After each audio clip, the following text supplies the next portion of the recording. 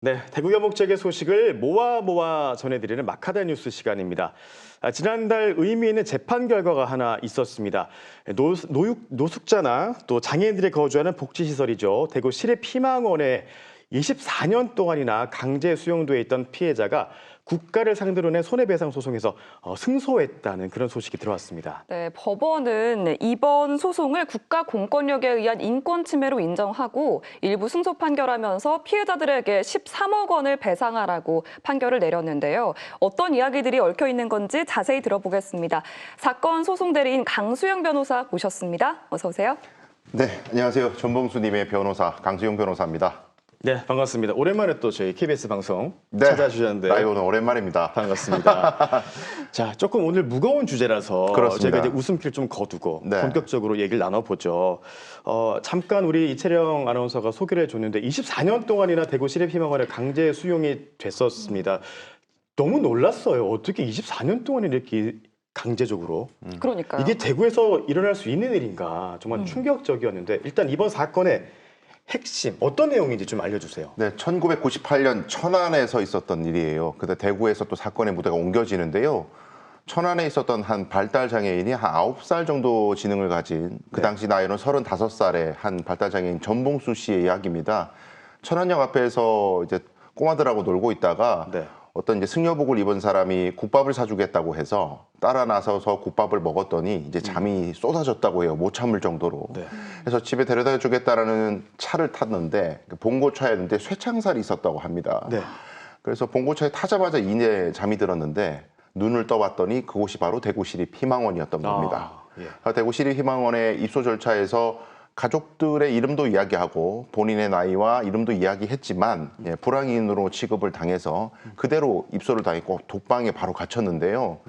그대로 24년이나 되는 세월이 지났습니다. 24년 후에 한 장애인 단체의 도움을 받아서 이제 나오게 됐고 경찰에 찾아가서 가족을 찾아달라고 요청을 했는데 단 하루 만에 가족들을 찾아서 상봉을 했습니다. 그래서 이 모든 피해들을 국가가 책임져야 한다는 취지에서 국가배상 소송을 제기한 겁니다. 예.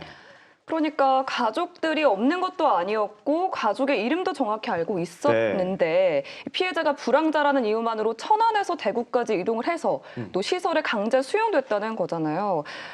저희가 계속 이야기하고 있지만 사실 어떻게 이런 일이 벌어질 수 있는지가 저는 잘 맞습니다. 납득이 되지 않습니다. 도대체 피해자에게 어떤 일이 있었던 걸까요? 이제 한국전쟁 이후에 우리나라에는 이 불황인 집단 시설들이 많이 운영이 됐어요. 전국적으로 많이 운영이 됐는데 사실상 제대로 된 법적 절차나 이런 것들이 지켜지지 않은 채로 수용되는 경우가 굉장히 많았고요. 전봉수 씨도 마찬가지인데 이렇게 수용이 되게 되면 독방에 이제 감금이 되고 상습적인 또 폭행을 당하고 습사 이제 군대 조직과 같은 생활을 하게 되고요. 강제 노역도 시달리고 아주 엄격한 규율에서 이제 살게 되는데 가장 중요한 것은 원할 때 나갈 수 있어야 하는데 그 자유가 보장돼 있지 않은 채로 사실상 이제 감금이 되는 것이죠. 유사 사례들도 많이 있어서 이제 부산 형제복지원에서도 이런 아주 대량 인권 침해 사건이 있었기 때문에 대구시립희망원에서도 이제 선도 사건으로 이번에 이제 밝혀진 것이고 다만 이 대구시립희망원은 많이 아시겠지만 대구지방법원에서 이미 이제 관련자들이 형사 처벌이 됐었고요.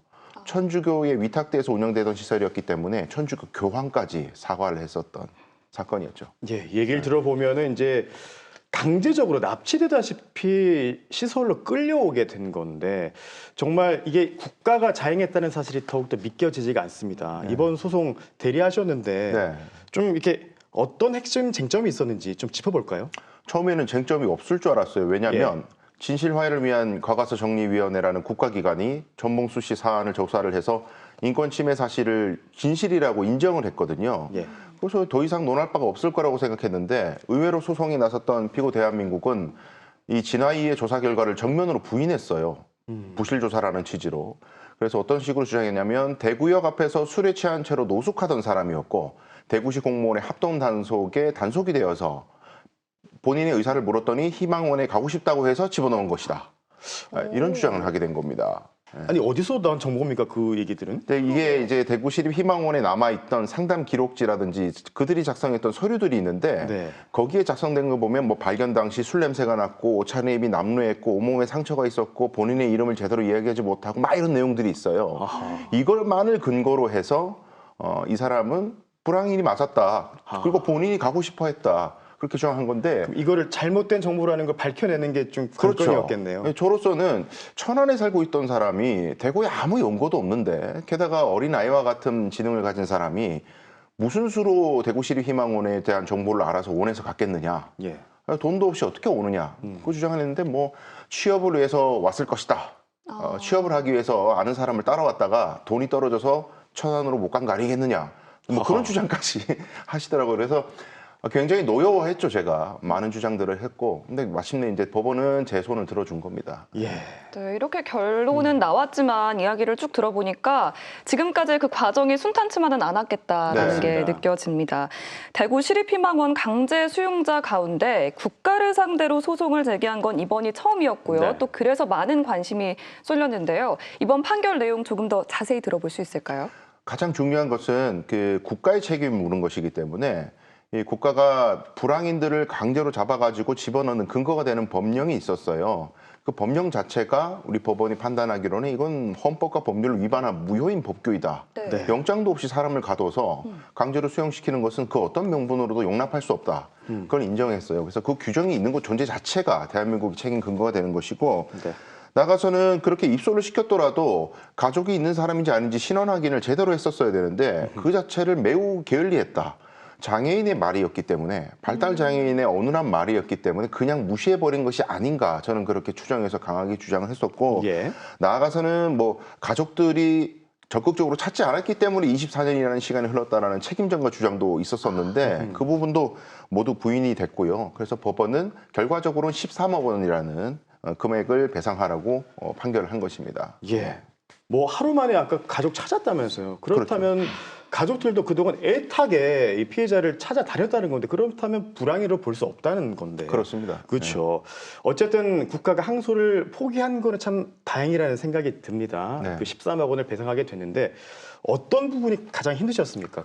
그 소송 과정에서 예. 이제 발달 장애인이시기 때문에 같이 소송에 임해도 이게 말씀을 하시는 게 자유롭지가 않아요. 예. 그러다 보니 이제 제가 항상 대신 말을 해야 하는데 제가 듣기에도 굉장히 모욕적이고 화가 나는 주장을 상대방이 할 때 아무 말씀을 제대로 못 하시니까 제가 이 감정이 그대로 전이가 되는 거예요, 저한테. 그래서 이게 평정심 유지하기가 너무나 힘들고 그리고 뒤에서 이제 언론에서 나오신 이제 취재 기자분들도 많이 지켜보는 상황이 되니까 제가 최대한 전봉수님을 대신해서 날 것 그대로 주장을 잘 해야겠다. 네. 그렇게 이제 많이 전달을 했는데 근데 근원적으로 이제 그런 감정적인 괴로움보다 가장 중요한 건 이게 소송에서 이겨도 돈을 받는 거지 그 24년이라는 세월이 다시 돌아오는 게 아니잖아요. 보상은 안 되죠, 그 세월은. 그렇죠. 그리고 이분이 9남매거든요. 24년 동안 형제분들 중에 돌아가신 분들이 꽤 돼요. 아하. 이 전봉수님을 찾기 위해서 막 헤매시다가 한스럽게 돌아가신 분도 계시고 부모님도 돌아가셨고 아이고. 그럼 24년의 시간을 돈으로 보상받은들 그 가족들이 살아 돌아오지도 않을 뿐더러 네.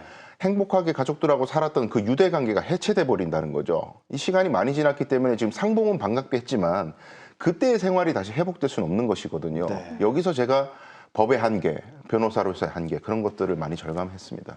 네. 그래요. 24년이라는 시간을 도대체 뭘로 보상을 받을 수가 있을까요? 네. 아마 방송 보시는 시청자분들도 이 안타까움을 그대로 느끼고 계실 것 같습니다. 네.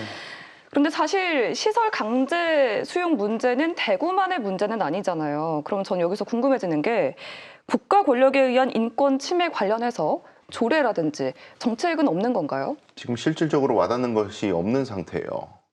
전국적으로 이런 집단 불황인 시설이 굉장히 많고 인권 침해 사례들이 많은데 결국에는 피해자가 스스로 손들고 자기가 나서지 않으면 국가가 챙겨주지 않는 그런 현상이 반복되고 있습니다. 네. 이 인권 침해는 국가가 자행한 것이고 지방자치단체가 자행한 것인데 피해자가 나서지 않으면 움직이지 않는다는 것은 심각한 문제인 거죠. 단적으로 제가 이 사건 판결 이후에 가장 먼저 들었던 생각이 대구시립희망원은 아주 큰 시설이기 때문에 피해자가 많을 거란 말이죠. 네. 그런데 이 피해자들을 추가로 찾는 이 몫이 저나 장애인 단체에게 지금 있어요. 아, 국가가 지자체나 나서는 게 국가 아니죠. 나서지 않고 예. 있다는 겁니다. 근데 저런들 무슨 조사 권한이 있지 않기 때문에 수소문하는 것에 한계가 있거든요. 네. 그래서 지금 제 생각에는 가장 심각한 문제가 그 피해자를 발굴하는 그 정책이 아주 시급하고 네. 더 나아가서는 소송을 하지 않아도 배상이 돼야 돼요, 사실은. 진화위에서 열심히 조사를 해가지고 이 사람의 인권 침해 사실을 밝혔는데도 소송을 하지 않으면 배상을 못 받는 이 현실. 네. 이게 정말 시정이 돼야 되죠. 법이 마련이 돼야 됩니다. 그렇습니다. 예. 구조적인 문제가 좀 해결이 돼야 할 것 같습니다. 네. 그리고 말씀해 주신 것처럼 앞으로 피해자들도 더 있고요. 또 지역 내 시설 수용 문제를 인정한 첫 번째 선례가 되기 때문에 더 의미가 있을 텐데요. 이제부터가 더 중요할 것 같습니다. 앞으로 어떤 부분들이 조금 더 필요할까요? 네, 우선 그 피해자들이 소송을 하지 않고 배상을 곧바로 받을 수 있는 법적 근거가 마련이 돼가지고 1심, 2심, 3심 다 거치면 4년, 5년이 걸릴 수도 있어요. 네네. 그동안에 계속 2차 가해와 마찬가지인 이상한 주장들을 듣는 것 자체가 굉장한 고통이거든요. 그게 해결이 돼야 되겠고요. 피해자들 찾는 시스템도 당연히 마련이 돼야 되고 더 나아가서는 이분들이 갑자기 큰 돈을 받게 되기 때문에 재산 관리에 문제가 생길 수 있습니다. 예. 국가가 이 사람들의 재산 관리도 맡아서 하는 시스템을 저는 조속히 마련해야 된다. 그 말씀을 드리고 싶습니다. 예, 지금 뭐 소송 맡으면서 굉장히 힘든 일도 많았고 앞으로 역할도 많으신데 마지막으로 한 말씀 듣겠습니다. 네, 뭐 어쨌든 법원이 참 선도 판결을 남겨주셔서 너무 감사하고 이 판결을 통해서 후속 조치들을 할 수 있는 계기가 마련됐기 때문에 너무 감사한데 다만 어쨌든 말씀드린 대로 추가 피해자들을 한 분이라도 더 찾아서 저는 삶을 보상받게 해드리고 싶거든요. 예. 주변에 혹시 대구시립희망원에 거주하고 계셨던 분들이나 비슷한 피해를 받으신 분들에 대한 소식을 아시는 분들은 저에게 연락을 주시면 대단히 감사드리겠습니다. 네, 지금까지 대구시립희망원 사건 소송 대리인 강수영 변호사와 이야기 나눠봤습니다. 고맙습니다. 네, 고맙습니다.